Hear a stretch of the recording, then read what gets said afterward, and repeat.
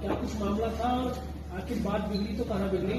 पिछले 5 साल से संबंध ये थाना कोतवाली में एक सनसनीखेज मामला आया है लव जिहाद और धर्म परिवर्तन का, और जिसको लेकर अभी एक लड़की ने 11 तारीख में सुसाइड कर लिया था। पूरी घटना के संबंध में एक अभियोग दर्ज किया गया थाना कोतवाली में, और पूरा जब इसकी विवेचना की गई, जांच पड़ताल की गई, तो पाया गया कि इसके पीछे एक बड़ी साजिश हुई है और एक गैर संप्रदाय का लड़का इसके संपर्क में था और लगातार इसको एक्सप्लॉइट कर रहा था, इसका शारीरिक, मानसिक, आर्थिक उत्पीड़न कर रहा था। ये उससे 4-5 वर्षों से संपर्क में थी और उसको लगातार शादी का झांसा दे रहा था, प्रेम जाल में पूरा फंसा रखा था, ड्रग एडिक्ट तक बना दिया था।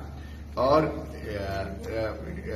जब भी कभी शादी की बात लड़की करती थी तो उसको जो है बार बार उसको टाल देता था।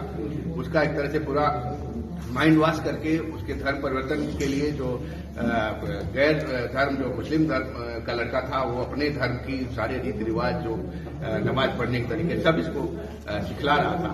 एक तरह से जो एक प्रक्रिया होती है धर्म परिवर्तन की, उसको न अपनाकर निकाह करना चाहता था। और जब लड़की बार बार शादी की बात करती थी तो वो उससे शादी न करके उसके परेशान करता था और केवल उससे उसका आर्थिक शोषण कर रहा था, शारीरिक शोषण कर रहा था। इससे परेशान होकर लड़की ने 11 तारीख को आत्महत्या कर ली। लड़की के पास से जब उसके मोबाइल के चैट का डिटेल देखा गया और वॉइस रिकॉर्डिंग देखी गई, इसके अलावा कुछ धार्मिक पुस्तकें मिली हैं, उसकी डायरी मिली है, सबके आधार पर पाया गया कि उस जो फराज नामक युवक है उसके नाते ही, उसे परेशान होकर ही लड़की ने अपनी जीवन लीला समाप्त की थी और आत्महत्या की थी। सर, घटना वाले दिन उसने 120 बार कॉल किया, वॉइस नोट भी मिला। क्या कुछ पता चला इतनी बार कॉल करने की वजह क्या थी और आखिर सुसाइड के लिए क्लिक पॉइंट क्या था? क्यों उसने सुसाइड किया अचानक? कुल मिला के लड़का उससे उसका केवल शोषण चाह रहा था, शादी नहीं करना चाह रहा था। और लड़की जो है उसके प्रेम जाल में थी, उससे शादी करना चाह रही थी। और बार बार जब शादी की बात लड़की करती थी तो वो उसको बस टालता रहता था।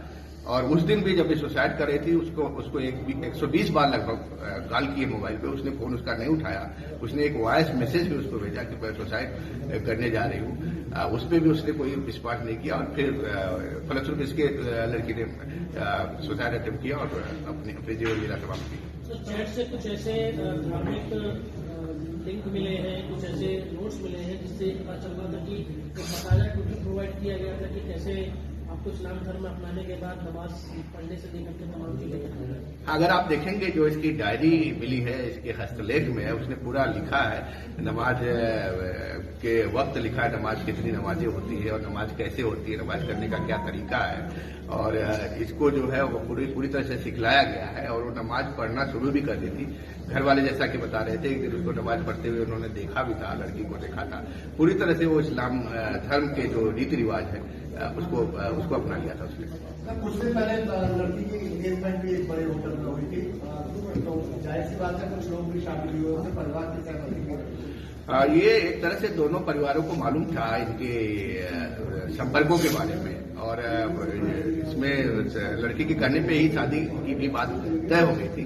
लेकिन लड़का जो है उससे कहता था कि मुझे दहेज के नाम पे उसको पैसे मांग रहा था, काफी पैसे मांग रहा था। पहले शादी के पहले मुझे इतने रुपए दे दो, उसके बाद हम शादी करेंगे। लगातार मतलब टालने की कोशिश करता रहता था और उस पर अन्य तरह के आरोप लड़की पे लगाने लगा था। कुल मिला किसी से परेशान होकर लड़की ने आत्महत्या कर ली। सर, लव जिहाद का एंगल को देखते हुए देखा जाए तो ये जो लव जिहाद का मामला है, जो फराज नामक लड़का है, उसके घर वालों को पूरी चीजें पता थी और वो कहीं न कहीं से उनका समर्थन था। उसको निकाह कराने की बात जब उससे करता था तो उनका भी समर्थन था। तो बेचना के दौरान उनका भी देखा जा रहा है उसमें, और उन पर भी कार्रवाई सुनिश्चित की। लड़की से कितने पैसे पर ले चुका है? अभी तक देखा जाए तो इनका ट्रांजेक्शन देखा गया, स्टेटमेंट मंगा गया। करीब 6.5 लाख के लगभग लड़की से विभिन्न समय में पैसा लिया है। कभी कहता था मैं कर्ज में डूबा हूं, मैं घर का बहुत जिम्मेदार आदमी हूं, मुझे तमाम जिम्मेदारी उठानी है, ये सब कहकर उससे लगातार पैसे लेता रहता था। सर, क्या ड्यूरिंग इन्वेस्टिगेशन में पता चला है कि लड़की प्रेग्नेंट थी? हाँ, ये भी विवेचना में पता लगा है। अभी उसके कुछ चैट्स मिले हैं और कुछ मेडिको लीगल के जो पेपर्स मिले हैं जिसमें उसकी प्रेगनेंसी की भी बात है। लड़की प्रेग्नेंट भी हुई बीच में। शारीरिक संबंध कई बार उससे स्थापित किया है। ड्रग्स भी देता था, एक पंकी नामक ड्रग्स की भी बात आई है। तो प्रेग्नेंट होने के बाद और हिमाचल की बात भी विवेचना के दौरान आई है।